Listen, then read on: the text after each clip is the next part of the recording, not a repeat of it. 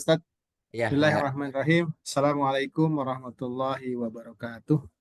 Waalaikumsalam warahmatullahi wabarakatuh.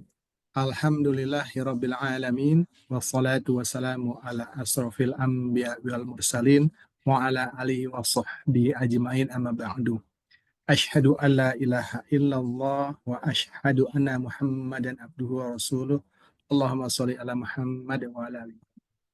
Segala puji syukur hanya milik Allah atas berbagai nikmat yang telah Allah berikan, juga karunia-Nya, terutama nikmat iman, Islam, sehat walafiat, dan atas kehendak Allah pula, Alhamdulillah setelah 2 minggu kita libur ya Ustadz ya, Alhamdulillah kita bisa bertemu kembali dan kajian rutin rebuan bersama Ustadz Sam. Salawat beserta salam semoga selalu tercurah kepada junjungan kita Nabi Muhammad SAW serta para sahabat, keluarga, dan semoga syafaat beliau sampai kepada kita semua yang insya Allah istiqomah pada jalan Islam ini. Semoga teman-teman semua dalam keadaan sehat walafiat, dan buat teman-teman kita yang mungkin sekarang dalam keadaan sakit, Allah segera angkat sakitnya, yang dalam menghadapi urusan, semoga Allah selesaikan urusannya. Dan ini Ustadz, kemarin kan ada berita istri dari Igos ya sedang dirawat, Mas Igos. Ya, jadi Kita doakan ya. ya lumayan ini kelihatannya kritis, bukan kritis, apa namanya, dirawat intensif ya karena diabetesnya itu, jadi ada operasi karena lukanya dan sempat perlu tambahan darah gitu ya, jadi kehabisan darah, dan insya Allah sekarang berangsur baik. Mohon nanti Ustaz doanya sebelum dimulai buat istrinya Mas Igos, juga mungkin teman-teman lain yang sedang dalam keadaan sakit. Terima kasih buat teman-teman semua yang telah hadir dan selalu istiqomah dalam kajian rutin ini, juga tentunya buat Ustaz Sam yang terus membersamai kita semua, berbagi ilmu Islam kepada kita semua. Baik, hari ini karena terkait mungkin tanggal 20 berapa Ustadz ya, nanti Nah, kan Isra Mi'raj ya, lupa saya. betul. Ya, jadi Ustadz akan sharing tentang Isra dan Mi'raj. Kami persilahkan Ustadz. Baik, terima kasih Mas Arya. Assalamualaikum warahmatullahi wabarakatuh. Waalaikumsalam warahmatullahi wabarakatuh. Alhamdulillahilladzi anzala sakinatan fi qulubil muslimin. Asyhadu an la ilaha illallah wa rabbul alamin. Asyhadu anna Muhammadan abduhu wa rasuluh khatamul anbiya wal mursalin. Allahumma shalli wa sallim wa barik ala sayyidina Muhammadin wa ala alihi wa man tabi'ahum bi ihsanin ila yaumiddin amma ba'du. Puji syukur kita panjatkan kehadirat Allah Subhanahu wa taala. Salawat dan salam semoga Allah limpahkan kepada suri tauladan kita Nabi besar Muhammad sallallahu alaihi wasallam, pada keluarga, sahabat, dan pengikutnya akhir zaman. Alhamdulillah pada malam hari ini kita dipertemukan lagi setelah 2 kali berturut-turut ya. Dua liburan, karena liburan tanggal 1 dan minggu lalu saya mau ngisi itu udah siap-siap mengisi, ternyata ada tetangga terus dekat masjid ya. Sebenarnya bukan warga di sini, jadi rumahnya itu rumah anaknya dokter, kemudian dokter di RSUD. Orang tuanya meninggal dan sudah nazar mau pindah ke rumah baru. Rumah barunya itu di komplek IPB. Jadi di bawah itu Hmm. pulang itu bawa jenazah. Jadi kita Oh juga gitu. takut, nggak tahu. Jadi mau tidak mau harus kita urusi ya. Oh, Jadi belum tinggal di situ Ustadz ya, yang belum tinggal di situ tadi dokternya. Jadi tapi udah nazar mau pindahan ke situ. Pindahannya sama orang udah tuanya. wafat orang tuanya, mau Oh pindah ke gitu. situ meninggal. Jadi Ya, makanya minggu lalu saya izin ke teman-teman. ya, Eh, ya, Ustadz. Alhamdulillah ini berarti kalau bulan Januari pertemuan pertama. Mudah-mudahan tidak kendor istiqomah ya, tidak kendor Ya, semangatnya. insya Allah. Eh wa rahimakumullah. Jadi kita ingin ya, kebetulan momennya memang momen Isra Mi'raj ya. Jadi saya ingin mungkin pernah juga kita nyampaikan pada Isra Mi'raj tahun lalu ya. Cuman saya lupa lagi karena sudah setahun yang lalu.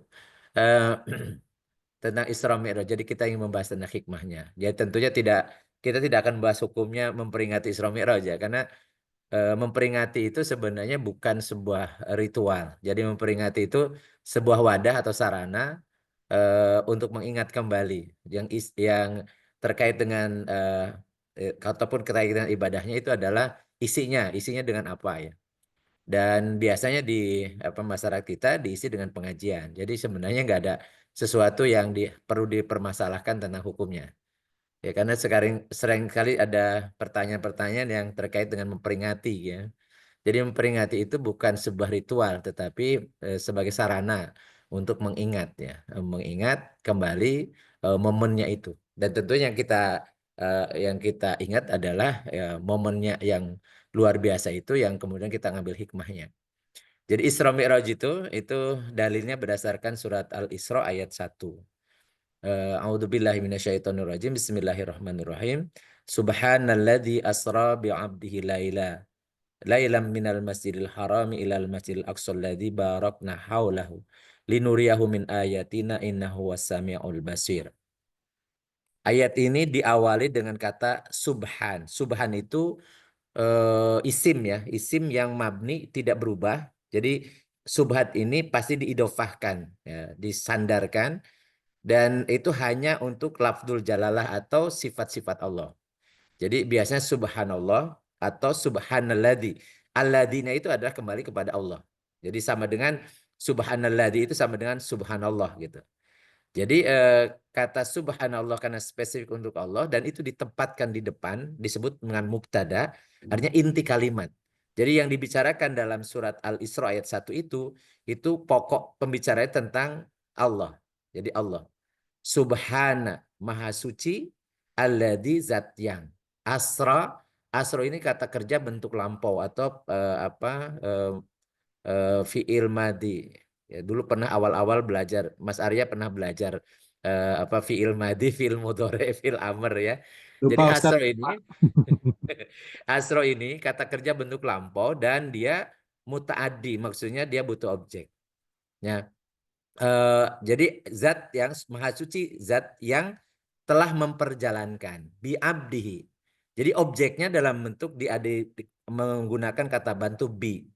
Artinya asrobi itu eh, objeknya ini tidak aktif. Artinya objeknya itu kalau misalnya ja'abi itu membawa, artinya ja'abi itu membawa. Jadi datang dengan itu artinya membawa. Dan asrobi artinya perjalanan yang di mana objeknya itu diangkut atau jadi tidak aktif apa-apa. Jadi tidak melakukan perjalanan. Jadi abdinya itu hamba itu tidak melakukan aktivitas apa-apa. Yang berjalannya, yang perjalankannya adalah Allah. Allah. Jadi oleh karena itu surat Al-Isra ayat 1 ini bukan bahasan pakai logika. Pakai logika. Jadi nggak mungkin Rasul berangkat kecuali dengan ruhnya doang macam-macam itu nonsen. Kalau dari ayat ini menunjukkan bahwa ini kemahakuasaan Allah. Jadi Allah jangankan memperjalankan seorang hamba ya menciptakannya pun bahkan menciptakan alam semesta itu Allah maha kuasa ya, maha kuasa. Tidak aroda syai'in ayyakula lahu kun fayakun. Jika Allah menghendaki sesuatu jadi gitu. Apalagi ini hanya memperjalankan hambanya. Jadi oleh karena itu pembahasan di sini bukan pembahasan secara ilmiah ya mungkin atau tidak mungkin, tetapi ini kemahaluasan kekuasaan Allah, kemahakuasaan Allah. Maka itu diawali ya mubtada'nya itu awal kalimatnya itu dengan kata subhanalladzi. Jadi maha suci zat yang telah memperjalankan bi abdihi dengan hambanya lailan bermakna satu malam. Jadi lailan itu satu malam gitu. Jadi cuman malamnya malam apa tidak disebutkan. Makanya pakai isim nakiroh ya. Minal Masjidil Harami dari Masjidil Haram. Jadi dari Mekah. Ilal Masjidil Aqsa ke Masjidil Aqsa. Jadi ilahnya itu sampai. Jadi sampai dari Masjidil Haram sampai ke Masjidil Aqsa. Alladzi barakna haulahu. Di mana Masjid Aqsa itu ya masjid yang kami berkahi. Haulahu di sekeliling Masjidil Aqsa yang sekarang sedang dikuasai oleh Israel atau sedang dijajah dan kemudian bahkan mereka melakukan genosida. Tapi ini harus kita pahami tentang berkah gitu nanti. Ya, katanya di dalam Al-Quran itu bahwa sekitar Masjid Aqsa itu berkah. Nah, berkahnya seperti apa? Jadi maksud berkah itu apa? Ini nanti kita jelaskan juga bagian dari tafsir dari surat Al-Isra ayat 1 ini. linuriyahu min ayatina. Lamnya itu sebut dengan lam ta'lil atau untuk. Jadi kenapa Allah memperjalankan Rasulullah SAW itu dalam rangka atau untuk, tujuannya linuriyahu, agar kami memperlihatkan kepada hamba kami itu min ayatina, sebagian saja, minnya litabid, sebagian dari tanda-tanda kekuasaan kami. Innahu, sungguhnya Allah, jadi hu-nya kepada Allah, kepada alladzi, ya di atas. Huwa, dia Allah, kemari kepada alladzi, as-sami'ul basir, zat yang maha mendengar lagi maha melihat. Jadi kalau kita terjemahan perkata, ya, ini menunjukkan bahwa dengan sangat tegas bahwa yang melakukan Isra itu bukan Nabi Muhammad melakukan, tetapi Allah yang memperjalankan. Jadi bukan Nabi Muhammad yang berjalan gitu, tetapi Allah yang memperjalankan atau yang membawa jalan. Kalau bahasa Sundanya dicangking gitu, cangking atau dijingjing ya, atau dituntun atau di apa ya.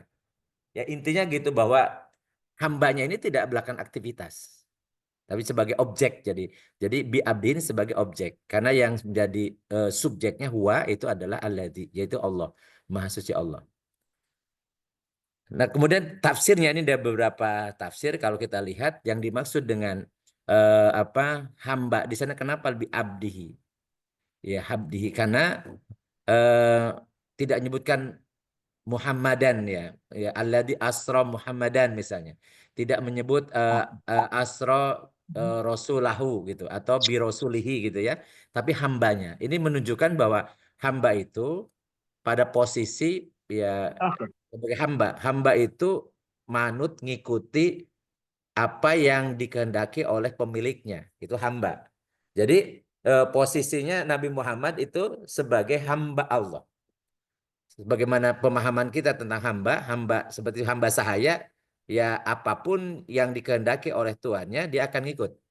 Demikian pula kita sebagai hamba Allah itu apapun kehendak pemilik kita, ya pemilik kita atau tuan kita, ya kita ngikuti sami'na wa ta'na. Itulah hakikat hamba. Maka itu di sini di ayat ini disebutkan bi abdihi. Jadi posisi Rasulullah SAW sebagai hamba Allah. Sehingga apapun yang dikehendaki oleh Allah, maka beliau sebagai hambanya mengikuti sami'na wa ta'na. Dan itu yang terjadi. Jadi ketika Rasulullah SAW sedang berada di sekitar Masjidil Haram, disebutkan di rumahnya milik Ummi Hani, terletak di sebelah Masjidil Haram. Beliau ketika tiduran di situ masih terjaga, kemudian didatangi oleh malaikat Jibril yang kemudian memperjalankan beliau dari sana, dari Masjidil Haram ke Masjidil Aqsa. Dan disebutkan lailan itu tidak seperti yang pemahaman orang-orang yang yang mengingkari bahwa mereka mentakwilkan lailan itu masa kegelapan. Jadi tidak ada bahasa Arab yang terjemahnya lailan itu jadi masa kegelapan. Lailan itu satu malam. Jadi mufrad, dia isi mufradnya. Jamaknya layalin gitu ya. Jadi satu malam dari Masjidil Haram ke Masjidil. Nah,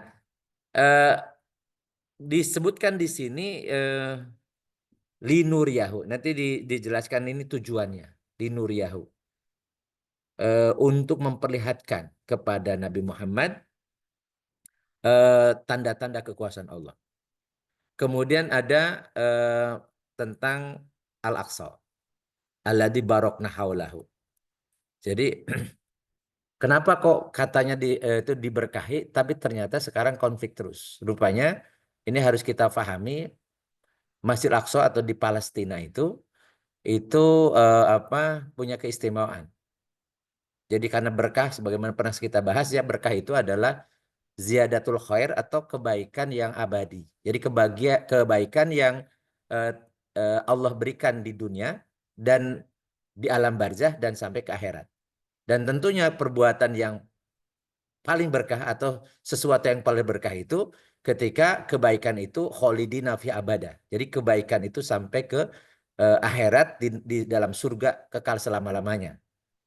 Jadi apakah Masjid Aqsa itu memang berkah? Maka ini yang kita bahas bukan dari sisi apa yang terjadi di dunia. Sepertinya di dunia ini kita melihat saudara-saudara kita di Gaza, saudara-saudara kita di Palestina itu dizolimi atau terzolimi. Kacamata duniawinya, sepertinya mereka menderita. Tapi kalau kita pandang dari sudut pemahaman kita tentang kehidupan, bahwa justru orang-orang yang ada di sekitar Masjid Aqsa itu oleh Allah diberikan keistimewaan. Karena bagi mereka itu syahid itu bisa datang kapan saja. Syahid itu Allah anugerahkan kepada mereka bisa kapan saja dan bahkan bisa diduga kuat mereka akan gugur, akan syahid.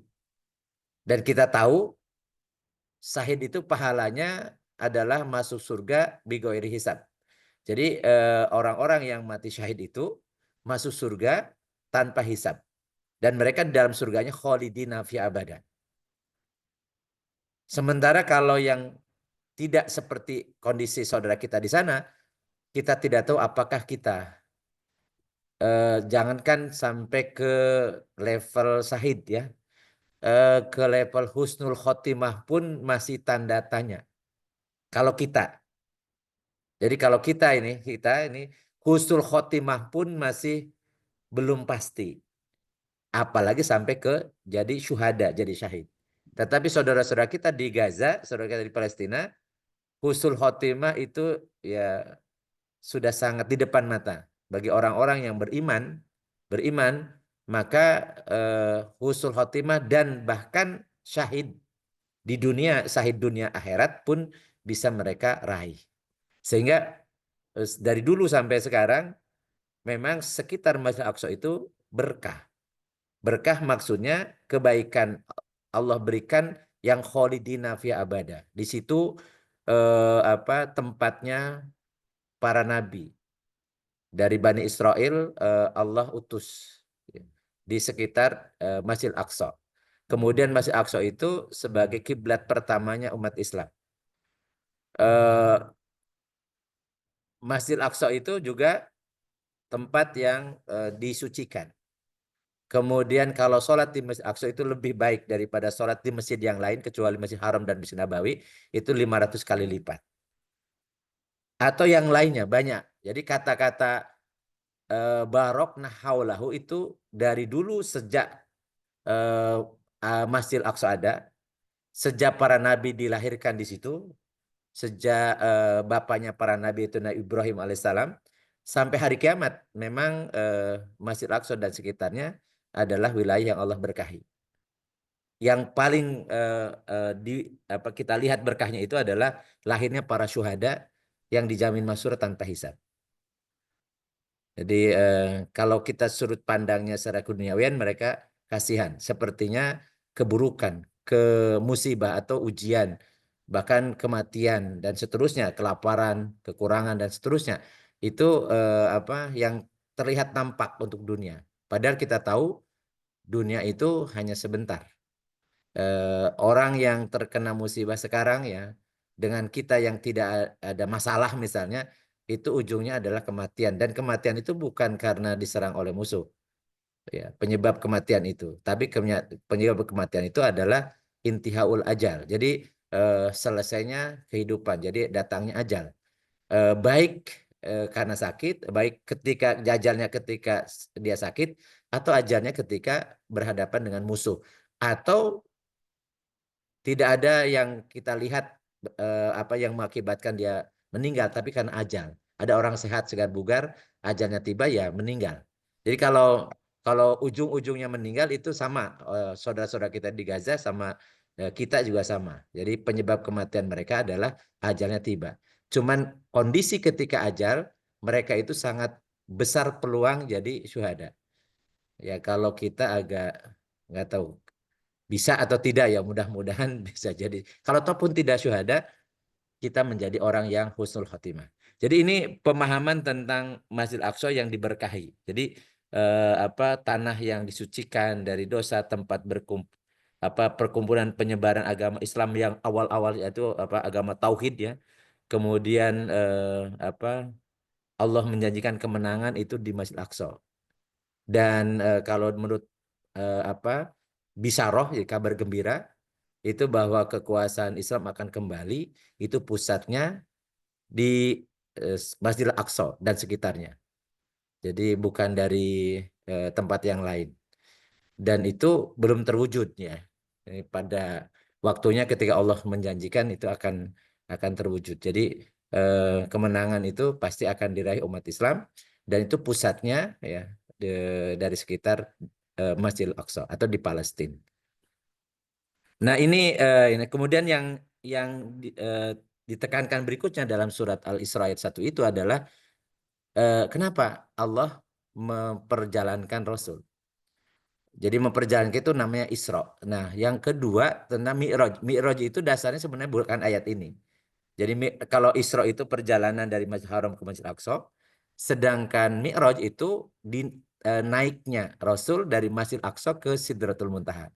Jadi terpisah. Jadi ayat ini, surat Al-Isra ayat 1 ini menjelaskan tentang Isra-nya. Jadi perjalanan dari Masjidil Haram ke Masjidil Aqsa. Sedangkan Mi'rajnya itu berdasarkan hadis Rasul.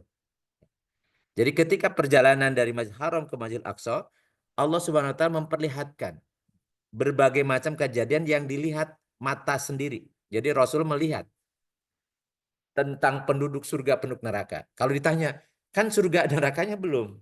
Ya, karena kiamatnya juga belum. Bagi Allah sesuatu yang belum kemudian diperlihatkan itu dalam kekuasaan Allah. Ya, dalam kekuasaan Allah. Jadi lebih dari itu bisa kenapa? Karena kalau ada yang nanya, apakah surga sudah diciptakan? Ya sudah diciptakan. Karena disebutkan dalam Al-Qur'an ya uidat lil muttaqin. Jadi ketika bercerita tentang surga ya basyiril sabir atau wa absyiru bil jannati lati kuntum tu'adun. Jadi berilah kabar gembira orang-orang yang istiqomah dalam keimanan ketakwaan itu dengan surga yang telah dijanjikan. Artinya telah dijanjikan surganya sudah ada. Jadi makanya Rasulullah ketika Isra itu sepanjang perjalanan diperlihatkan tentang penduduk surga, penduduk neraka. Jadi oleh karena itu pembahasan ini nggak bisa pakai pembahasan akliyah. Nggak bisa menggunakan akal. Kenapa? Karena ini semuanya gaib. Semuanya gaib. Sebagaimana Allah Subhanahu wa taala menjelaskan tentang surga dan neraka. Sebagaimana misalnya Allah menjelaskan tentang alam barzah atau di dalam hadis-hadis Rasul ya tentang alam barzah itu juga gaib. Demikian pula yang ada pada diri kita juga ada yang gaib. Yang gaib pada diri kita adalah nyawa, nyawa itu gaib. Bagi kita nggak ada yang bisa mendefinisikan nyawa kita di mana, benda padat, benda cair atau benda gas. Sama aja dengan kita menjelaskan tentang jiwa kita pun itu gaib. Ya, tentang akal, tentang kemudian kolbu ya. Itu semuanya juga hal yang gaib. Ada dirasakan keberadaannya tapi kita tidak bisa menindra bendanya atau fisiknya, nggak bisa mengindra.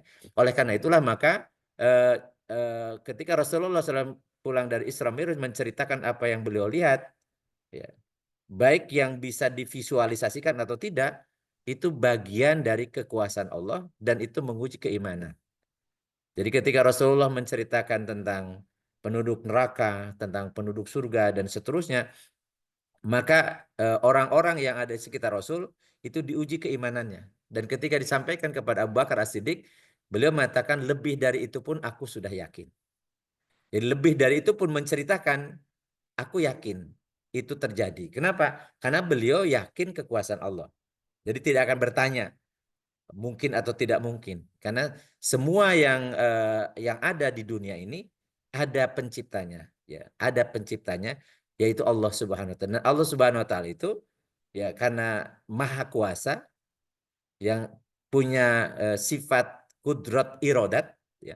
Kudrat irodat jadi sehingga kemudian apapun yang terjadi itu kalau irodah Allah, kalau kehendak Allah itu pasti terjadi. Maka Abu Bakar As-Siddiq ketika mendengar cerita tentang Isra Mi'raj, beliau mengatakan lebih dari itu pun aku sudah meyakininya. Maka beliau dapat gelar As-Siddiq.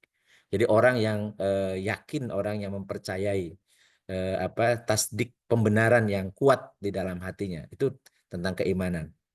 Dan itu juga yang dirasakan oleh Rasulullah SAW. Jadi ketika Rasulullah SAW Isra itu Rasulullah melihat Jibril dalam bentuk aslinya. Biasanya Rasulullah SAW melihat Jibril itu dalam bentuk wujud manusia atau berupa suara saja atau itu wahyu langsung. Jadi tidak berkata-kata, tidak bercakap-cakap. Tetapi ketika Isra Mi'raj ini Rasulullah melihat wujud asli Malaikat Jibril yang memiliki 600 sayap yang besarnya itu menutupi ufuk. Jadi sejauh mata memandang, kemampuan memandang beliau itu tertutup oleh bentuk aslinya Jibril. Sebesar apa ya?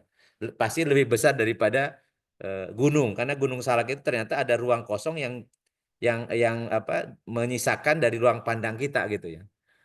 Eh, yang sejauh mata memandang, jadi Pak ruang pandang itu tertutup oleh sayapnya yang 600 sayap Jibril. Itu Rasulullah SAW mendapatkan tuh liru nuriyahu itu agar Allah memperlihatkan itu, tanda kebesaran diantaranya adalah melihat wujud asli Jibril. Kemudian beliau juga melihat bagaimana orang-orang yang berbuat dosa, ya, ada pejinah, minum khamr, orang yang tidak menunaikan zakat dan seterusnya. Jadi kemudian Rasulullah juga bisa sholat di Baitul Ma'mur, tempat ibadah para malaikat, disebutkan dalam hadis. Kemudian bertemu juga dengan Allah Subhanahu Wa Taala. Jadi ketika dipanggil dan kemudian ditugaskan sholat, melaksanakan sholat, itu bertemu dengan Allah, tapi Rasulullah SAW tidak sanggup untuk menatapnya, karena ketika masih hidup di dunia tidak ada satupun makhluk yang mampu bisa melihat zatnya Allah. Nabi Musa alaihissalam ketika baru melihat cahayanya sudah pingsan. Rasulullah ketika dihadapkan dengan Allah itu tidak sanggup untuk mengangkat kepalanya. Beliau sujud. Dan seperti itulah kekuasaan Allah. Tetapi Allah telah menjanjikan kepada orang-orang yang masuk surga, di antara kebahagiaannya adalah ketika melihat Allah zatnya. Jadi Rasulullah SAW menyatakan ya, di so'imin farhatani, farhatun indaliko iftorihi wa farhatun indaliko rabbihi. Bagi orang berpuasa dapat dua kebahagiaan, kebahagiaan ketika berbuka, nanti kebahagiaan yang kedua ketika berjumpa dengan Tuhannya. Jadi itu nanti ketika sudah akhirat dan sudah masuk jadi penghuni surga. Itu kebahagiaan yang puncak kebahagiaan adalah berjumpa dengan zat Allah. Dan yang tentunya yang paling yang menjadi hikmah yang besar adalah Rasulullah SAW ketika Isra Mi'raj itu, ketika beliau diangkat Mi'raj kan ke Sidratul Muntaha, Rasulullah mendapatkan tugas, di mana tugasnya itu tidak melalui Jibril. Syariat yang lain itu Allah utus Jibril untuk menyampaikan kepada Rasul. Tetapi khusus untuk sholat, ya, sholat 5 waktu, itu Allah langsung menyampaikan tugas itu kepada Rasul. Tidak melalui Jibril.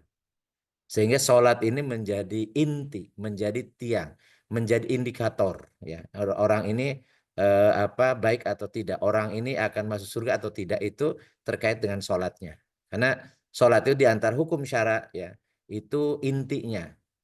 Dan ketika mensyariatkan itu bukan hanya diperintahkan melalui ayat Al-Quran, tetapi bahkan Rasul sendiri langsung menghadap Allah dan Allah memerintahkan sholat 5 waktu.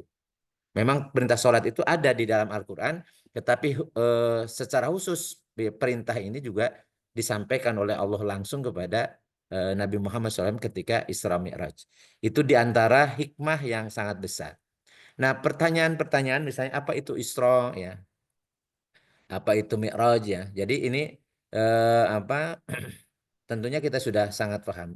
Tetapi banyak disisipi, ya, cerita-cerita itu tentang cerita-cerita Israelia. Contoh misalnya Rasulullah SAW ketika Isra itu diberikan tunggangan atau diberikan kendaraan. Jadi ini beberapa hadis yang menceritakan kondisi ketika Rasul Isra. Baina ana indal baiti baina naimi wal yaqtani wa dzakara ya'ni rajulan baina rajulaini. Beliau mengatakan ketika aku berada di sisi Ka'bah, ya, tadi di rumah Ummu Hani, ya, beliau antara tidur dan bangun, jadi sudah leyeh-leyeh gitu ya. Beliau menyebut ada seorang laki atau dua orang laki-laki, maksudnya malaikat. Kemudian fa'ata itu bi eh, batostin min dahabin malain hikmatan wa imanan. Wasuqa minan nahir ila marakil batoni. Summa gusilal baton bima in zamzam summa mulia hikmatan wa imanan. Beliau mengatakan lalu aku dibawa, ya dibawakan kepadaku sebuah bejana dari emas yang dipenuhi dengan hikmah dan iman. Nah, hikmah dan iman ini tentunya juga hal yang gaib. Kemudian lalu dadaku ya, selain dibelah ya dari nahar sampai bawah perut. Ya. Jadi apa di black gitu ya, di black. Kemudian perutku dicuci dengan zam-zam, kemudian dipenuhi dengan hikmah dan keimanan. Ini juga tidak bisa dibahas secara akliyah ya, karena tidak bisa terindra. Kemudian wata itu batin abiyad dunal bagli wa fauqal himar wal al buraq. Lalu dibawakan kepadaku binatang yang berwarna putih, dia lebih kecil dari bigol dan lebih besar daripada keledai yang dinamakan dengan buraq. Dan ini buraq pun ini gaib. Jadi makhluk yang khusus Allah ciptakan untuk kendaraannya Rasul. Dan tidak ada Allah tidak menciptakan yang lain. Jadi hanya buraq saja.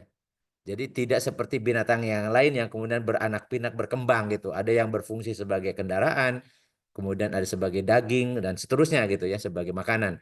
Tapi buraq ini khusus kendaraan yang Allah ciptakan berupa binatang namanya buraq yang punya karakter yang memang berbeda dengan yang lain.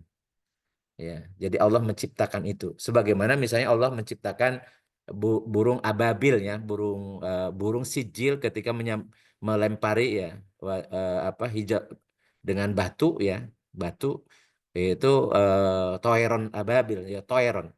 Ketika Allah menciptakan burung ya ketika melempari Raja Abrohah ya, pasukan gajah, itu juga burung yang khusus Allah ciptakan yang memang untuk menghancurkan pasukan gajah.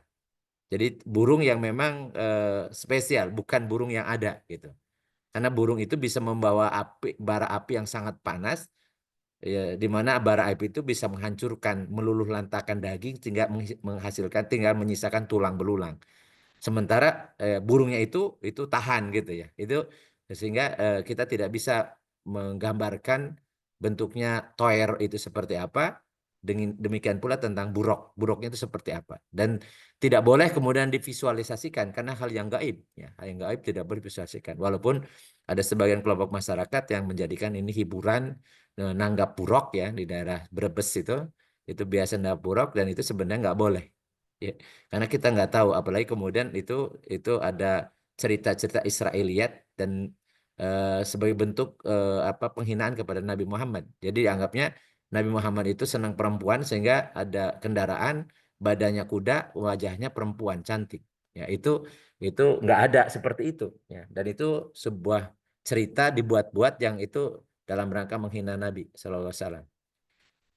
Sehingga Buraq ini yang punya kecepatan yang sulit ditandingi ya bahkan kalau sekarang mungkin dengan pesawat atau jet pun mungkin lebih cepat Buraq gitu ya. Ya. Itu sehingga tidak bisa kita gambarkan seperti apa. Nah, kemudian eh, beliau juga yang fenomenal tentunya yang itu menjadi kita untuk jadi oleh-oleh untuk kita semua yakni sholat 5 waktu. Dan dalam hadis yang sahih yang beliau menceritakan panjang ya tentang perintah itu. Jadi Rasulullah SAW ketika berhadapan dengan Allah kemudian berikan tugas wajib sholat khamsina sholatan fi kulli yaumin walailatin. Jadi beliau mendapatkan tugas wajib sholat 50 waktu, 50 sholat setiap hari dan malam. Jadi siang malam itu 24 jam itu wajib sholat 50 waktu. Ketika beliau turun menghadap Nabi Musa nanya, ingat apa sosok Nabi Musa itu yang selalu pengen tahu. Jadi beliau itu selalu pengen tahu sehingga ketika ada berita ada hamba Allah yang punya kemampuan, punya ilmu laduni gitu ya, ilmu yang berbeda dengan yang lain, itu beliau cari orangnya. Jadi dalam surat Kahfi itu diceritakan bagaimana Nabi Musa ketemu dengan hamba Allah yang Allah berikan ilmu, milladunna ilman gitu ya.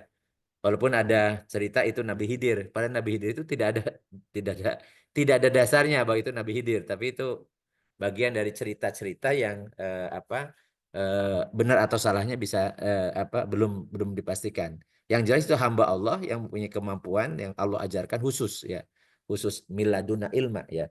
Jadi Nabi Musa itu memang selalu pengen tahu, selalu pengen belajar ya. Jadi luar biasa Nabi Musa alaihissalam sampai kemudian dia mencari, ingin ketemu sama Allah dan langsung Allah berbicara. Jadi berbicara langsung kepada Nabi Musa alaihissalam.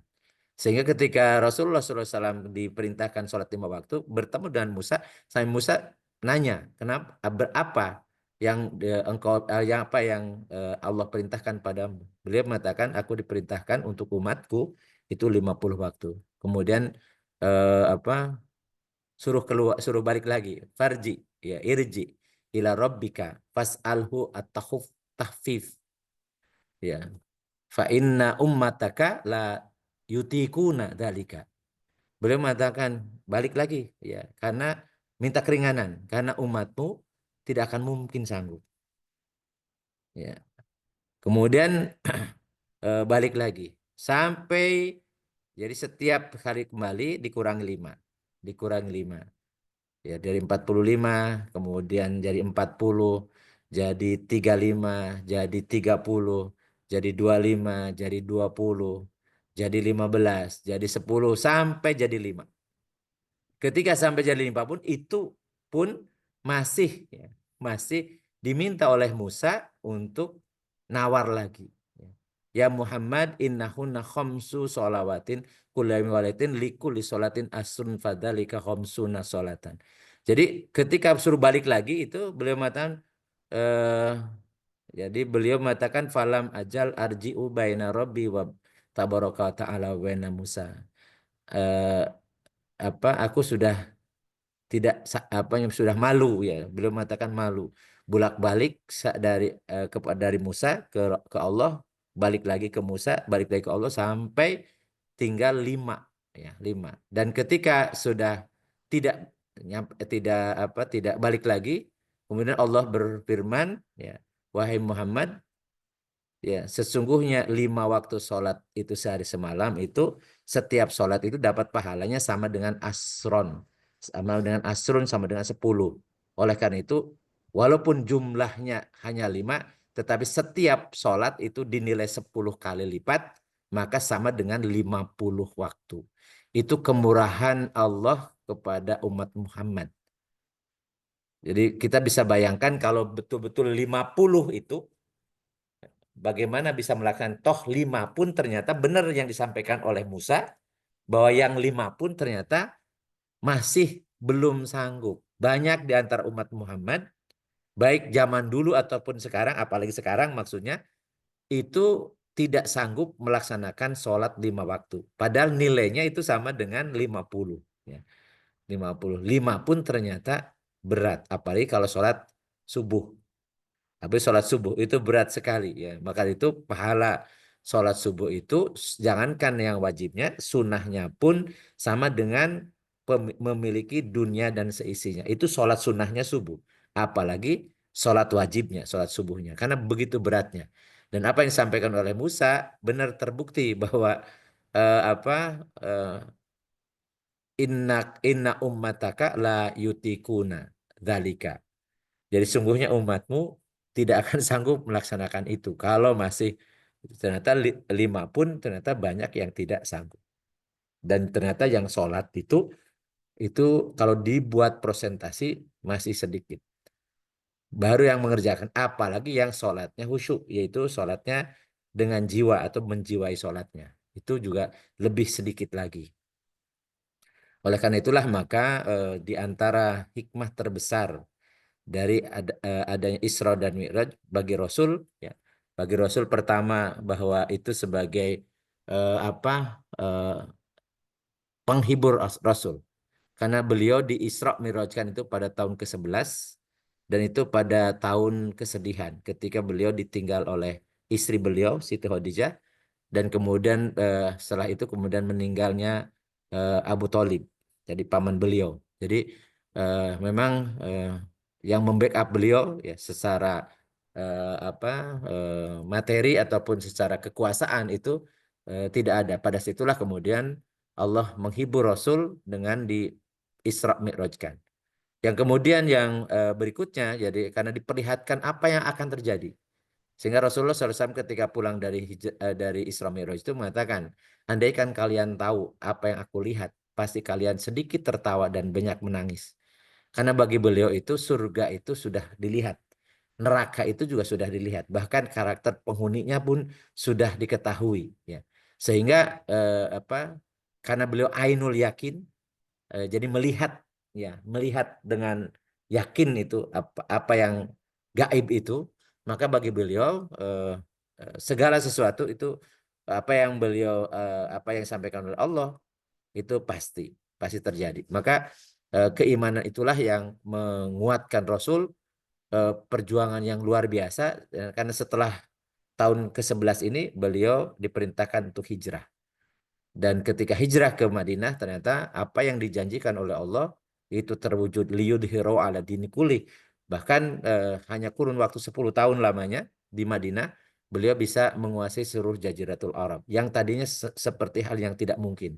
Bahkan kemudian pada generasi berikutnya bisa kemudian mengalahkan Romawi atau Persia.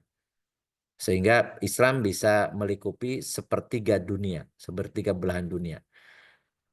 Yang kemudian menyebar sampai ke kita, ya. Dan hampir di seluruh belahan dunia ini sekarang ada umat Muhammad, walaupun dalam keadaan yang lemah sekarang, tetapi yakinlah bahwa nanti Allah akan liyudhiru ala dini kulli, bahwa Allah akan menguatkan umat Muhammad ini mengalahkan semua agama di seluruh dunia. Tidak akan datang kiamat sebelum Islam menguasai, sebelum Islam menjadi rahmatan lil alamin. Dan itulah hikmah yang luar biasa bagi kehidupan Rasul. Dan tentunya hikmah terbesar bagi umatnya adalah kita menjalankan sholat 5 waktu. Karena ada Isra Mi'raj itulah kita kemudian mendapatkan kemuliaan, ya, syariat taklif beban hukum syara yang tidak berat karena dalam kesanggupan, ya. Karena Allah pasti la yukallifullahu nafsan illa wusaha. Jadi kita dibebani tugas sholat 5 waktu itu sesuai dengan kemampuan. Pasti mampu semuanya. Tetapi kemudian Allah nilainya 10 kali. Jadi sama dengan 50 waktu. Itu berkah yang luar biasa. Jadi melaksanakan 1 waktu sholat sama dengan 10 waktu. 5 waktu sholat sama dengan 50 waktu. Jadi seakan-akan kita kerjaannya sholat terus. Oleh karena itu wajar kalau mengatakan tugas kita sekarang di dunia ini hanya sholat. Jadi kalau seandainya jumlahnya 50, sebenarnya kita tidak akan kerja yang lain.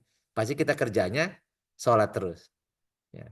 Jadi kalau sholatnya 50 waktu itu mungkin ya cuman diselingi tidur doang. Ya.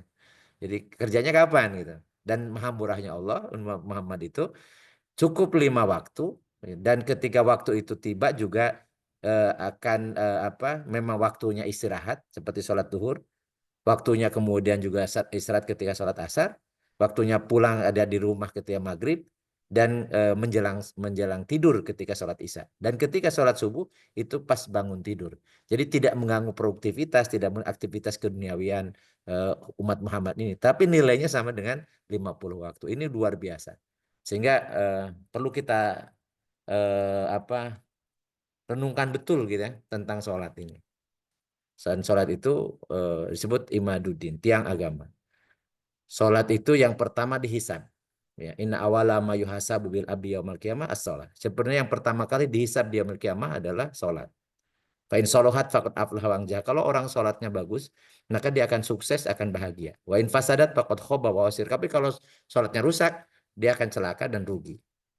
Oleh karena itu anugerah terbesar kepada umat Muhammad ini adalah dari Isra Mi'raj adalah kita bisa melaksanakan sholat, dan sholat itu menjadi indikator kita menjadi orang yang sukses atau orang yang celaka.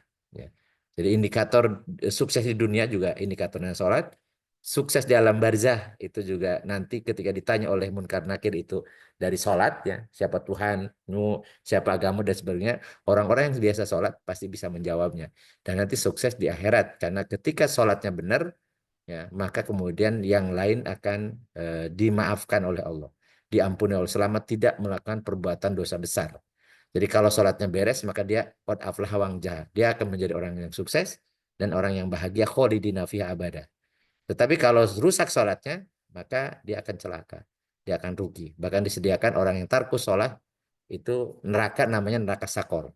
Kalau neraka jahanam itu neraka untuk umum ya. Tetapi orang yang meninggalkan sholat itu ada neraka tersendiri namanya neraka sakor.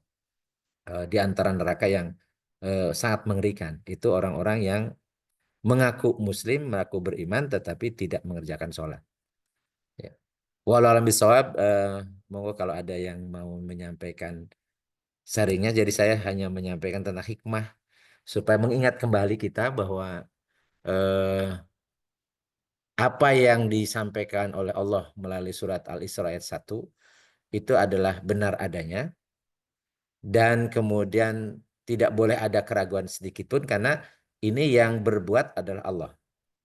Jadi tidak pakai logika-logika. Karena yang berjalan yang Isra Mi'raj itu adalah Allah yang memperjalankan, bukan apa Nabi Muhammad sebagai objeknya. Jadi yang diisrokan. Sehingga kemudian ini kekuasaan Allah, kemahakuasaan Allah lah. Maka tidak perlu kemudian pakai logika-logika karena lebih dari itu pun Allah Maha Kuasa. Jangankan hanya memperjalankan, ya, menciptakan dari tidak ada pun Allah sanggup justru Isra Mi'raj itu untuk agar Allah memperlihatkan tanda-tanda kekuasaannya kepada Rasulullah SAW. Sehingga pulang dari Isra Mi'raj, Rasulullah punya keyakinan yang luar biasa, keimanan yang sangat kokoh, dan beliau menyatakan, ya, kalau kalian tahu apa yang aku lihat ketika Isra Mi'raj, niscaya kalian akan sedikit ya tertawa, banyak menangis. Dan tentunya ketika beliau sholatnya begitu khusyuk dan kemudian sampai bengkak-bengkak, ternyata karena bagi beliau di akhirat itu sudah pernah melihatnya. Kenikmatan surga sudah beliau lihat. Demikian pula ngerinya siksa neraka itu beliau sudah melihatnya. Sehingga apa-apa yang telah disampaikan oleh Allah bagi beliau adalah sebuah kepastian, ya, sebuah fakta yang tidak bisa diingkari. Dan itulah kemudian diajarkan oleh Rasul pada kita semua. Mudah-mudahan kita menjadi orang yang memiliki keyakinan sebagaimana keyakinan Abu Bakar As-Siddiq. Sebagaimana keyakinan para as-sabiqunal awalun. Di mana surga dan neraka itu pasti. Sebagaimana pastinya kematian akan menjemput kita. Sehingga kita menjadi orang-orang yang selalu mengingat masa yang akan datang. Bukan orang-orang yang tamak kepada dunia, di mana dunia itu sudah ditakar oleh Allah, sudah dibagikan, dan akan ditinggalkan. Banyak orang yang tertipu, dia ngumpul-ngumpul harta, setelah terkumpul dia tinggalkan. Sementara yang dia bawa untuk kehidupan yang kekal abadi tidak ada. Bahkan membawanya dosa, membawanya kezaliman, dan seterusnya. Nauzubillah summa na'udzubillah. Jadi mudah-mudahan itu saling mengingatkan, ya, mengingatkan dan apa yang telah diajarkan oleh Rasulullah SAW. Demikian saya kembalikan ke Mas Arya dan silahkan kemudian kalau Ya, menambah. Ya. baik, terima kasih Ustaz Sam atas penyampaian materinya terkait Isra Mi'raj. Semoga kita dapat mengambil hikmah dari Isra Mi'raj tersebut, terutama tentang kewajiban sholat ya Ustaz ya, yang langsung sampaikan oleh Allah kepada Nabi Muhammad SAW, yang menunjukkan bahwa itu adalah syariat yang paling utama. Baik, saatnya teman-teman yang ingin mengajukan pertanyaan, baik yang terkait dengan Isra Mi'raj atau yang lainnya dipersilahkan. Sudah 19 yang bergabung, termasuk yang terjauh nih, Kang Cucu dari Samarinda juga sudah bergabung. Iya, Sudah dibuka mic-nya, berarti mau nanya nih, silakan Kang Cucu. iya. Assalamualaikum warahmatullahi wabarakatuh. Waalaikumsalam. Waalaikumsalam warahmatullahi wabarakatuh. Ya, salah satunya hikmah dari Isra Mi'raj kita Rasulullah kan mendapat perintah sholat 5 waktu ya, Ustadz ya. Ya, itu betul. Untuk tata cara sholat, terus waktu sholat itu kapan ya? Apakah salah saat itu juga kah atau bagaimana Pak Ustadz? Iya. Hmm. Jadi eh, Sebenarnya sih kita harusnya sih belajarnya belajar usul fikih ya. Jadi belajar fikih, tapi belajar dari usul dulu.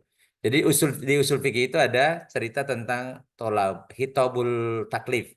Pertama ada seruan untuk pembebanan, seperti perintah. Jadi perintah. Nah, sholat ini ada dua ya. Ada sholat yang perintahnya itu jazm pasti sehingga hukumnya wajib. Ada sholat tapi tidak pasti perintahnya, artinya tidak disiksa kalau tidak dikerjakan, namanya sholat sunnah. Ya. Ada juga sholat yang terkait dengan jenazah, yaitu fardu kifayah. Jadi sholat ini ada sholat wajib. Sholat wajib itu 5 waktu, gitu, ya, 5 waktu. Kemudian ada sholat fardu kifayah, itu kayak sholat jenazah. Kemudian ada sholat sunnah. Jadi dan sholat misalnya ada juga yang wajib yaitu kodo ya. Kodo itu sebenarnya kalau sholatnya sholat wajib gitu. Karena kalau sholat sunnah nggak ada kodo. Jadi kalau sholat sunnah nggak ada kodo ya. Walaupun kalau misalnya ada yang mengkodo gitu ya boleh lah, boleh. Tapi sebenarnya tidak disyariatkan. Namanya karena kalau sholat wajib kan kalau tidak dikerjakan jadi utang. Makanya ketika dia lupa, maka ketika bangun, ketika ingat dia sholat karena wajib gitu. Itu namanya sholat kodo, lawan dari adaan. Kalau adaan pada waktunya, kalau kodoan itu di luar waktunya. Atau karena dia ketiduran, ya, lupa atau ketiduran. Nah, sisanya enggak. Kalau sholat sunnah enggak ada kodoknya. Nah, kalau sholat fardu kifayah gimana? Fardu kifayah itu kalau ida aqamahul ba'du saqata anil bakin. Jadi kalau sebagian sudah mengerjakan tuntas, yang lain tidak berdosa gitu ya. Tapi kalau tidak bisa belum dikerjakan ya semuanya berdosa gitu. Itu kifayah.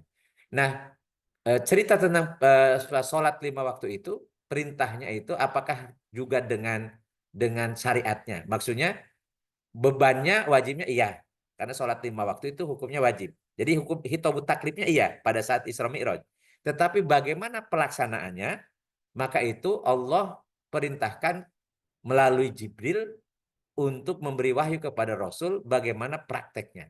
Namanya hitobul wad'i. Jadi seruan untuk pelaksanaannya. Jadi tentang misalnya kita sudah pernah bahas tuh tentang sebab sholat itu 5 waktu. Benar pertama ada subuh, ada duhur, ada asar, ada maghrib, ada isya. Dan ini ada sebabnya. Sebabnya itu ketika perputaran ya pergerakan matahari. Kapan sholat subuh itu wajib? Ketika terbit fajar atau setelah terbit fajar itu baru sebab wajib sholat subuh. Kalau belum terbit fajar nggak wajib ya. Bahkan kalau teman ngerjakan juga ngerjakan yang belum wajib ya tidak akan dinilai kan gitu ya. Kapan waktunya zuhur? Itu ada sebabnya ketika matahari tergelincir ke sebelah barat. Itu sebab wajibnya sholat zuhur. Asar ketika mulai bayang-bayang sama panjang. Tetapi itu semua kita tidak pernah lagi ru'yat, tidak pernah lagi melihat. Setelah kemudian berhasil menghisab. Kenapa? Karena bisa menggunakan hisab. Karena ternyata bumi ini bulat, ya. Bumi itu bulat, kemudian matahari juga, kemudian bumi dan bulan itu berputar, sehingga terjadi pergeseran tuh. Jadi ada waktu di situ. Dan ternyata berulang-ulang dan bisa presisi itu. Maka kemudian sekarang ini sholat tidak perlu melihat pergerakan matahari, cukup melihat jam. Itu dengan hisab. Itu sebab namanya. Itu disampaikan oleh Jibril kepada Rasul. Jadi sebab waktunya sholat 5 waktu itu wajib disyariatkan. Yang kedua kemudian apa saja yang harus dipenuhi sebelum melaksanakan sholat. Baik sholat wajib atau sholat sunnah. Namanya syarat. Jadi pertama syaratnya harus bersih dari najis, suci dari hadas. Yang kedua harus menutup aurat. Disebutkan juga aurat laki-laki seperti apa, perempuan seperti apa. Kemudian harus menghadap kiblat. Menghadap kiblat. Kemudian harus berdiri kalau bisa, kalau sanggup gitu. Kalau tidak sanggup baru boleh duduk, boleh sambil berbaring. Itu awal ya, atau itu namanya syarat. Kemudian bagaimana pas pelaksanaannya? Itu namanya rukun. Dari mulai kapan sholat itu dinilai sebagai aktivitas sholat? Oh ternyata dari mulai niat. Niat itu ketika takbiratul ihram. Jadi ketika Allahu Akbar ya. Dan diakhiri dengan salam. Sehingga itu rukunnya. Jadi kalau sebelum takbiratul ihram kita belum sholat. Walaupun syarat-syaratnya terpenuhi. Tapi belum sholat karena belum melaksanakan rukun-rukunnya. Nah, itu semua itu diwahyukan oleh Jibril kepada Rasul, dipraktekkan oleh Rasul. Kemudian para sahabat melihat Rasul. Rasul mengatakan, "Shollu kama ra'aitumuni usolli." Salatlah kalian sebagaimana kalian melihat aku salat, gitu. Jadi kalau perintah sholat 5 waktunya itu pas Isra Mi'raj, tetapi pelaksanaannya, jadi hukum wad'inya itu melalui wahyu yang disampaikan oleh Jibril kepada Rasul dan dipraktekkan oleh Rasul, dilihat oleh para sahabat. Dan diajarkan oleh sahabat kepada generasi berikutnya tabi'in sampai ke kita. Dan ternyata ada khilafiyah, ada perbedaan gitu. Perbedaan. Kenapa? Karena ketika Rasul mengatakan shollu kama ra'aitumun usolli, sholatlah kalian sebagaimana kalian melihat aku sholat. Para sahabat ada yang melihat dari belakang, ada yang melihat dari samping, ada yang melihat ketika Rasulullah bisa jadi ya berbeda kondisinya, sehingga muncul perbedaan. Ada yang naruh tangan di dada, ada yang taruh tangan di itu ternyata bukan rukun, tetapi itu sunnah-sunnahnya. Sehingga kalau cerita tentang syariatnya, tentang fikihnya, ya, yang zon itu yang tidak yang memunculkan perbedaan khilafiyah itu ternyata sama-sama didasari kepada penglihatan para sahabat kepada Rasul ketika melaksanakan sholat. Ya. Walaupun sama-sama melihat Rasul sholat, tapi ternyata mereka meriwayatkan ada yang berbeda. Nah, itulah yang dimaksud dengan khilafiyah di kalangan sahabat. Jadi kalau orang sekarang kemudian mengatakan ini persis sholat sama dengan Rasul, para sahabat yang melihat langsung Rasul sholat pun bisa berbeda pendapat. Kalau yang masalah yang sunah-sunahnya, apalagi tentunya kita yang sudah 14 abad silam dan tidak pernah ketemu dengan sahabat kita ini, ngikut saja. Ngikut itu bahasa Arabnya taklid. Kita taklid dari guru kita taklid pada guru kita lagi, gurunya lagi, terus sampai ke sahabat, sampai ke Rasul, gitu ya. Jadi kalau sekarang kita mengklaim langsung ke Rasul, yaitu nggak mungkin. Kita ini sekarang ini belajar fikih itu mau tidak mau kepada ulama, kepada guru kita kepada gurunya lagi dan seterusnya, ya. Dan seterusnya seperti itulah, ya.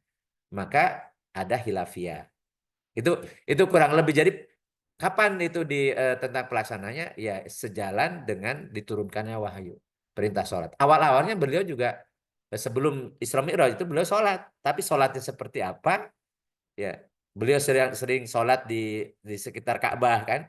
Beliau juga sering sholat di lembah-lembah termasuk ketika sebelum hijrah, ya. Sebelum hijrah. Nah, sholatnya seperti apa? Apakah sholat wajib atau sholat sunnah, walau alam. Demikian pula para nabi terdahulu juga sholat, tapi sholatnya itu kita tidak tahu. Karena kata kaidah usulnya mengatakan sar'un man qoblana laisa sar'an lana. Jadi syariat nabi terdahulu bukan syariat kita. Mereka sholat tapi sholatnya bagaimana kita nggak tahu. Dan Rasul tidak pernah mengajarkan tata cara sholatnya umat sebelumnya. Ya, jadi semua yang diajarkan oleh beliau adalah yang memang untuk sholat, tata cara sholat kepada umatnya, yang Allah wahyukan kepada beliau. Kecuali tentang misalnya puasa, itu pun puasa sebut puasa Daud. Ya, tapi tata cara syarat rukun puasanya berbeda dengan puasanya Nabi Daud. Kita juga nggak diajari bagaimana puasa Nabi Daud. Tapi jelas Nabi Daud itu sehari puasa, sehari berbuka. Dan itu disyariatkan. Dan itu maksimalnya puasa sunnah. Jadi maksimal puasa sunnah itu hanya 15 hari. Tidak boleh lebih dari itu. Mau bulan Rajab, mau bulan bulan Muharram atau bulan Sa'ban gitu ya. Yang full itu sebulan itu hanya bulan Ramadan saja. Sisanya itu maksimal puasa Daud, ya. Jadi sehari puasa, sehari tidak, artinya 15 hari. 15 harinya buka. Itu disyariatkan tentang puasa. Mudah-mudahan nyambung pertanyaannya. Baik, Ustadz. Terima kasih. Semoga terjawab ya, Kang Cucu. Dipersilahkan teman-teman yang lain yang buka kamera mungkin. Udah Daniel tuh buka kamera biasanya pengen nanya juga. Ya, ini udah Daniel Selamat ulang malam. tahun nih hari ini ya. Oh Selamat. iya, mudah-mudahan berkah usianya, Amin, ya berkah amin. hidupnya, berkah semuanya ya Allah titipkan kepada Amin. Uda Daniel itu semuanya berkah, insya Allah ya. Iya. Pokoknya resolusi 55 tahun, resolusi 2025 sederhana. Mudah-mudahan lebih sabar ya. Amin, amin. Kelihatan dari di Selawenya lah ya, sudah mulai nggak meletup-letup lah ya. Yang kedua, resolusinya insya Allah sama lah kita ya, agak diperbaiki nih penyakit-penyakit hati ini ya. Penyakit hati yang suka mungkin gibah ya, yang suka dendam ya. Mudah-mudahan lah ke depannya. Jadi justru challenge di usia yang 55 ini ya, yang lain mungkin sudah ada yang 56 ya. Ya, kita benar-benar bisa improve lah. Amin, amin. Saya hanya mengomentari, kita kan punya 3 hari besar ya yang kita peringati, ada Idul Fitri, Idul Adha, sama ya ada beberapa sih ya, dan ada juga Maulid Nabi, Maulid Nabi ya. Saya hijrah. pikir-pikir yang 27 Rajab ini Islamnya besar, lebih besar dari yang lain ya. Ya kalau pikir-pikir ini berhubungan sama Rasulullah, berhubungan sama sholat ya. Tapi kok kayaknya memperingatinya kok malah ini ya, malah lebih terutama di pemerintahan ya. Di pemerintahan kalau kita sih yang ikut majelis ya kayaknya sih rutin ya. Jadi itu mudah-mudahan kedepannya Isra Miraj lebih meriah nih dan lebih banyak dipakai untuk introspeksi ya, introspeksi.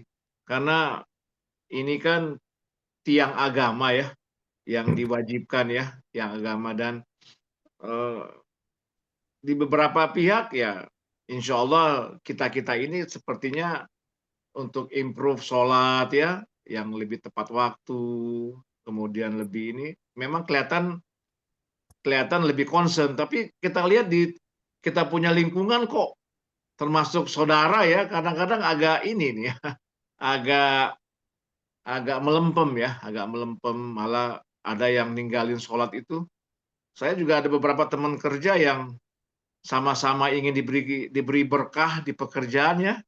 Kita lagi susah payah azan pun kita suarakan, tetapi kok banyak yang lepas sholat itu anteng-anteng aja ya, seolah-olah nggak takut ya dengan resiko, terutama resiko dunia ya, resiko dunia yang dibandingkan dengan rezeki ya, dengan peluang-peluang bisnis ya, itu kadang-kadang kita juga ini. Nah, pertanyaan ini apa nih Ustadz nih, kiat-kiat mungkin ke keluarga atau ke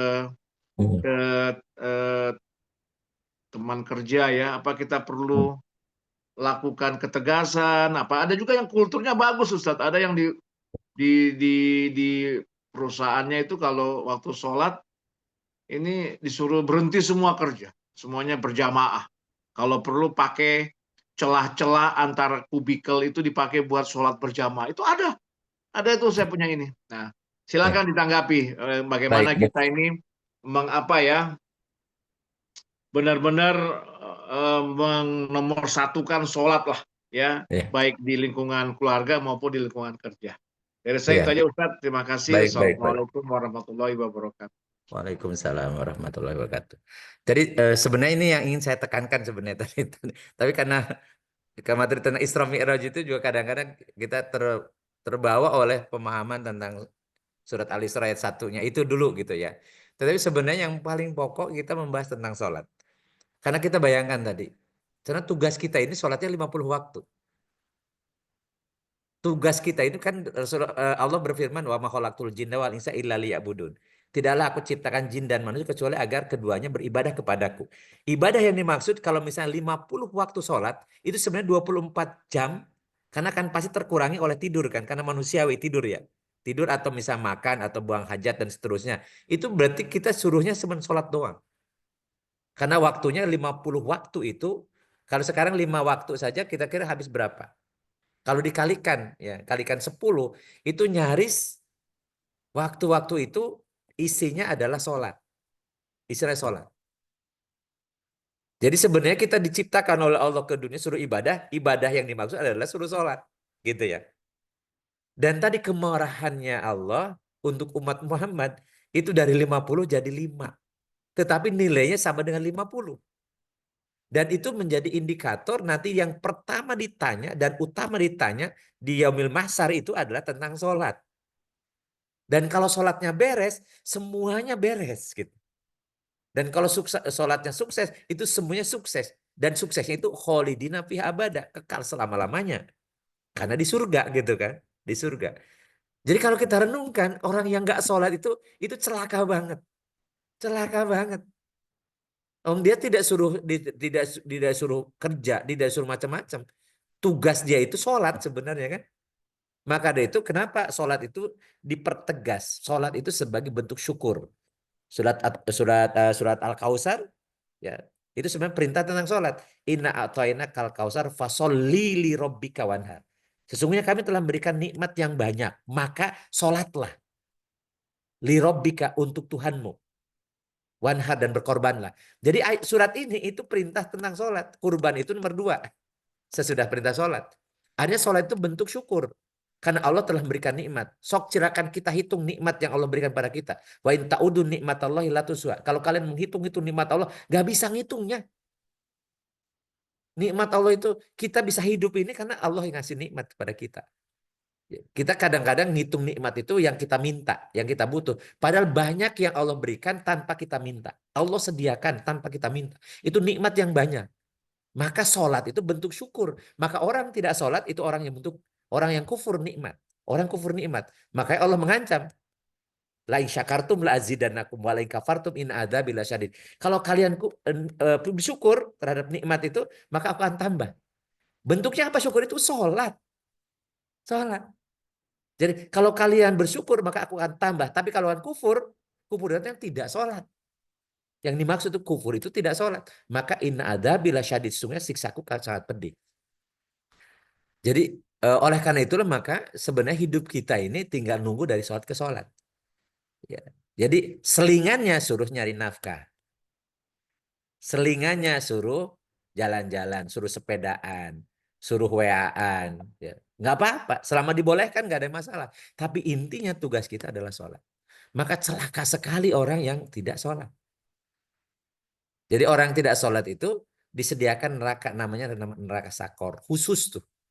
Karena orang-orang yang tidak sholat pasti tidak.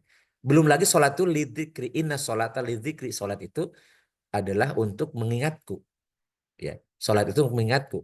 Dan inna sholat tanha adin bahsyai wal munkar. Orang yang sholat, jiwanya sholat, maka pasti mencegah perbuatan keji dan munkar. Indikator orang sholatnya khusyuk, jiwanya sholat, hidup di sosialnya, hidup di masyarakatnya, pasti tidak pernah berbuat fahsya. Fahsya itu berzina. Wan munkar atau kemungkaran-kemungkaran. Jadi orang yang koruptor itu sebenarnya, munkar ataupun sholat, jiwanya nggak sholat. Baru raganya doang. Raganya doang, jiwanya nggak sholat. Padahal yang ditanya di yaumil kiamah tentang sholat itu adalah jiwa kita. Yang ditanya di alam barzah ketika ditanya oleh Munkar dan Nakir, man robuka, itu yang jawab jiwanya yang biasa sholat. Karena orang yang biasa sholat pasti keluar kata-katanya Allahu Akbar. Robbi firli warhamni. Jadi mesti dia lisannya ketika jiwanya itu ke sholat, jiwanya akan selalu mengatakan Tuhanku Allah. Allah. Kata-kata Allah. Sehingga ketika ditanya man robuka, pasti jawabannya Allah Robbi. Wa madinuka, pasti mengatakan Islam agamaku. Wa manabiuka, pasti akan mengatakan orang-orang sholat. Tapi bayangkan orang yang tidak pernah sholat. Gimana jawabnya? Gimana jawabnya? Atau sholat hanya raganya doang. Padahal raganya ketika dicabut nyawanya, dia jadi mayat. Dan kemudian akan jadi dimakan belatung. Selesai. Kalau di raganya.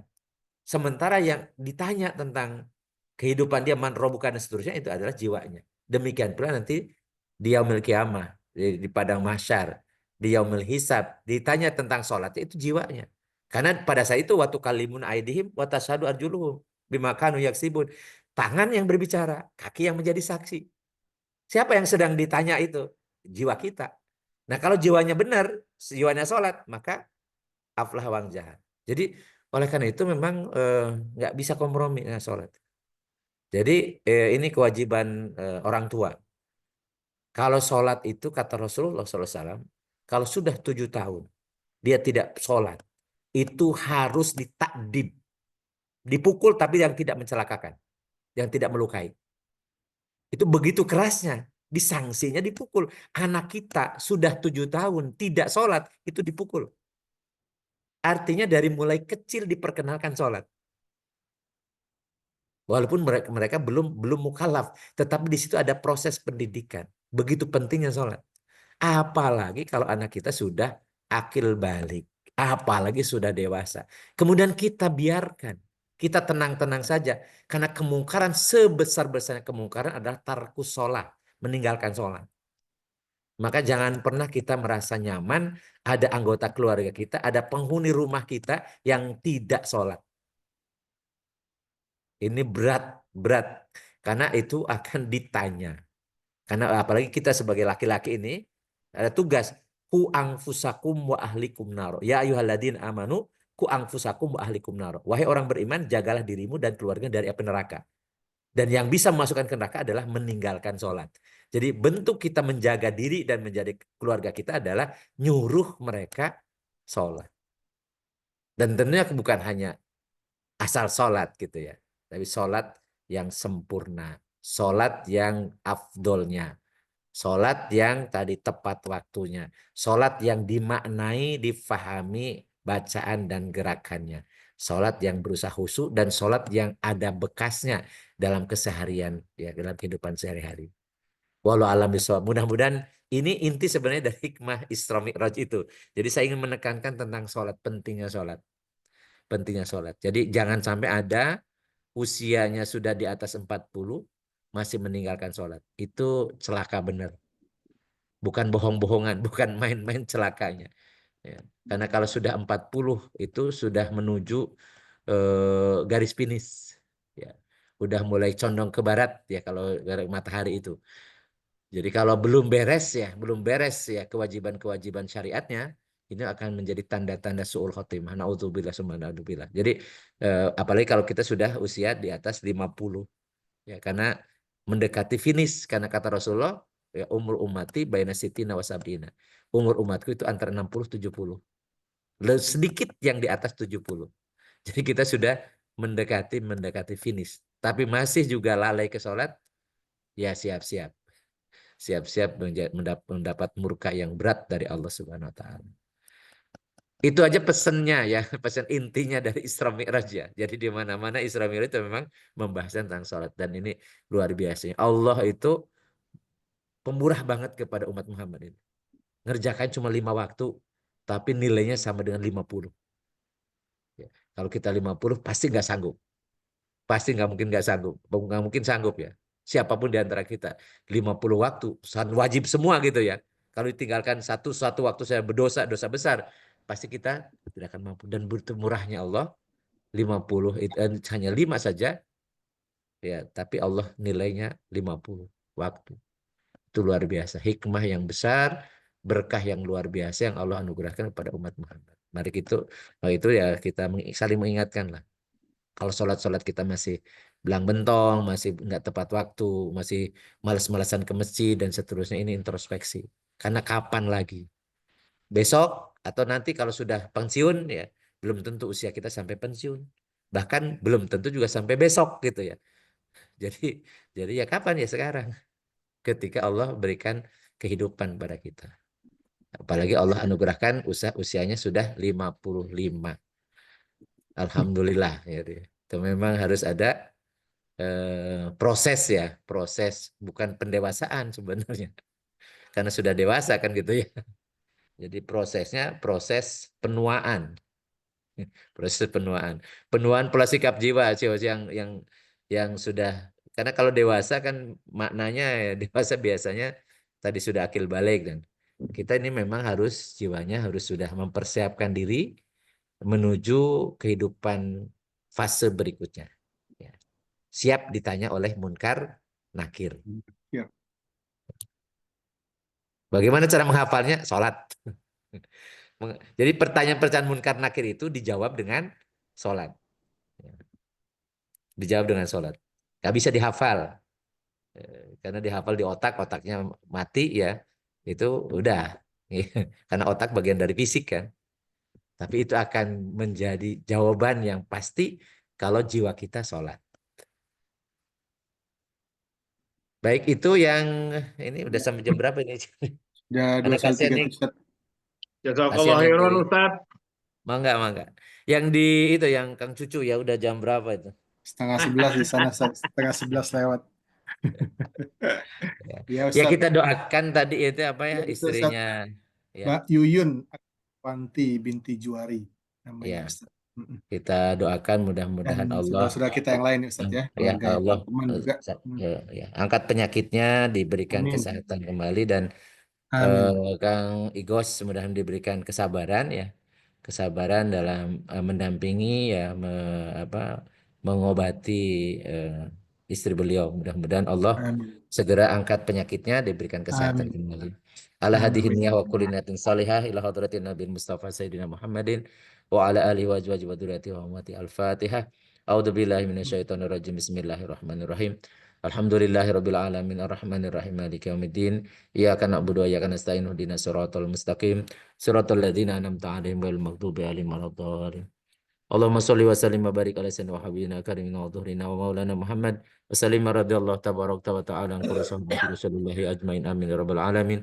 Allahumma anfa'na bima 'allamtana wa 'allimna ma yanfa'una wa zidna ilman nafi'an. Allahumma yassir lana umurana kullaha wa la tu'assir alaina. Allahumma hasil maqasidana. Allahumma rabbana isfi jawaza Yuyun Agus Yuyun Agus Wanti Banto binti Juari. Anta syafi la shifa'a illa shifa'uka shifa'u la yugadiru saqaman. Allahumma rabbana isfiha anta syafi la shifa'a illa shifa'uka shifa'u la yugadiru saqaman. Allahumma rabbana isfi anta syafi la shifa'a illa shifa'uka shifa'u la yugadiru saqaman. Rabbana taqabbal minna innaka antas samiul alim wa tub alaina innaka antat tawwabur rahim. Rabbana atina fid dunya hasanah wa fil akhirati hasanah wa qina adzabannar. Wassallallahu ala sayyidina Muhammadin wa ala alihi wa sahbihi wa barik wasallim. Subhanakallahumma wa bihamdika asyhadu an la ilaha illa anta astaghfiruka wa atubu ilaik. Subhana rabbika rabbil izzati amma yasifun wa salamun alal mursalin walhamdulillahi rabbil alamin. Terima kasih Ustaz. Sama-sama Mangga. Insya Allah minggu depan kita Ya ketemu Allah, lagi. minggu depan.